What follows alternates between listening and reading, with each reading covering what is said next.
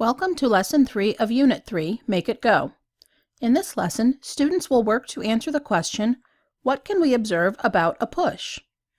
Students will use various objects to observe and describe motion as a push, differentiating between pushes and non-pushes. They figure out that a force is needed to start a push. They also define a push as a force that moves something away from your body. In the Engage, start by reminding the class about the last lesson when they realized they need to learn more about how things move before making their own Galimoto. Knowing how things move might help with toy design. Separate students into 6 groups and pass out the brown bags of toys.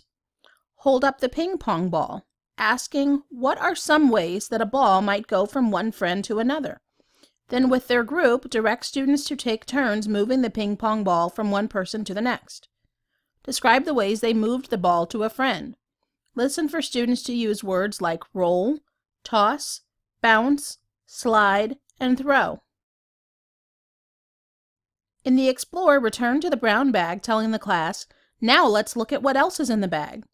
Hold up each toy and ask if anyone knows what it is, then discuss. How many different ways can we make these toys in the bag move?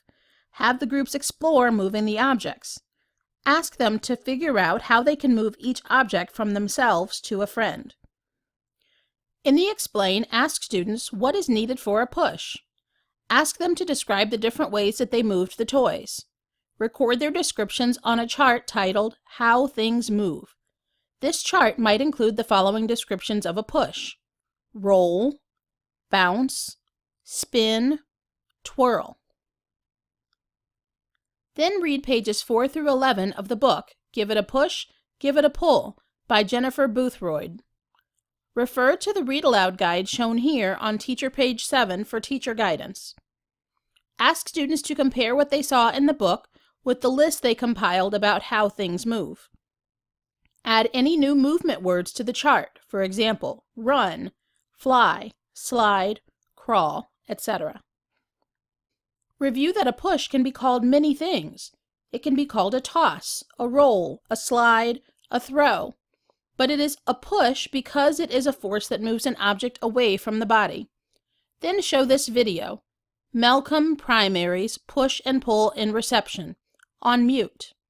Have students indicate when the children in the video are creating a push by making a pushing motion themselves with their arms. In the Elaborate, read aloud the book Motion by Darlene R. Steele. Encourage students to look for times when something was pushed and make a small pushing motion with their arms. Model a safe pushing motion for students. Examples from the text include when the girl pushed with her feet to run. Another girl pushed a swing. Someone else pushed a ball. The Read Aloud guide for this book is shown here on Teacher page 8. Next, ask students about all the different ways they can push an object. Direct students to Student Journal page 6, Types of Pushes, shown here, and have them figure out the word in the word bank that best describes the picture. It may be helpful to have a student come to the front of the room and model each motion as you read them aloud.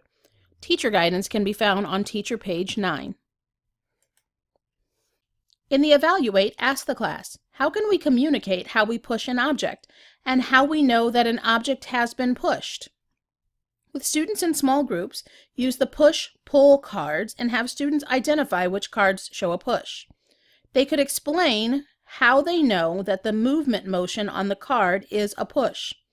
The following cards show pushes: a man with a shopping cart, a mom with a stroller, a boy with a basketball, a girl playing soccer, a man with a piano, a girl on a bike, a man vacuuming, and the bulldozer. By the end of this lesson, students will explain what a push is through demonstration, exploration, and illustration. It would be helpful to connect this to the design challenge by reminding students that in the story, Galimoto, the children used a push to make their toys move.